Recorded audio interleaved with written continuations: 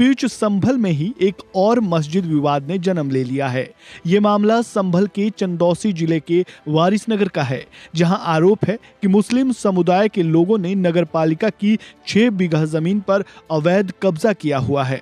इतना ही नहीं, इस जमीन पर एक मस्जिद और 45 से ज्यादा मकान भी बना दिए गए हैं। इस मामले की जानकारी जैसे ही संभल प्रशासन को मिली, अधिकारियों की फौज मौके पर पहुंची और गहन जांच पड़ताल की। मीडिया रिपोर्ट्स है कि जांच में यह भी पाया गया है कि मुस्लिम वर्ग ने पालिका की 6 बीघा जमीन पर कब्जा कर उस पर मस्जिद और घर बना दिए हैं।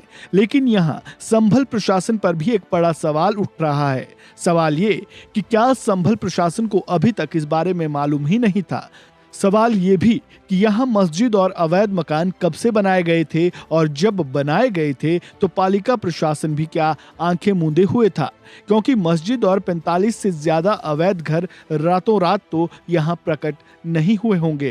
इन सवालों का जवाब फिलहाल संभल प्रशासन, यूपी सरकार और पालिका प्रशासन की तरफ से आया तो नहीं है, लेकिन ये मामला भी संभल जामा मस्जिद विवाद की तरह तूल पकड़ सकता है।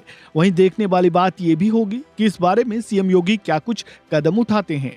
गौरतलब है कि संभल में ही ये दूसरा मस्जिद विवाद है।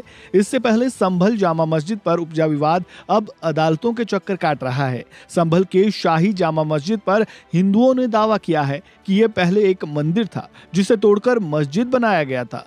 हिंदुओं के दावे पर कोर्ट संभल जामा मस्जिद का 2 बार सर्वे करवा चुकी है, जिसमें कई ऐसी चीजें मिली हैं जो मंदिर होने की पुष्टि करती दिख रही हैं। हालांकि इसका फैसला कोर्ट में ही होगा कि मंदिर को तोड़कर मस्जिद बनाई गई थी। इसी बीच जामा मस्जिद की रंगाई पुताई को लेकर मुस्लिम पक्ष कोर्ट पहुंची थी, लेकिन कोर्ट ने केवल साफ सफाई करने के आदेश दिए। गौरतलब है इस मामले में संभल में हिंसा भी हो चुकी है। जब पहली बार कोर्ट ने मस्जिद के सर्वे के आदेश दिए थे, उस दरमियान संभल में जमकर हिंसा हुई थी।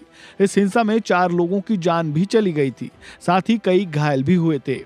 इतना ही नहीं, इस मामले में संभल पुलिस ने कई लोगों को गिरफ्तार भी किया था, लेकिन संभल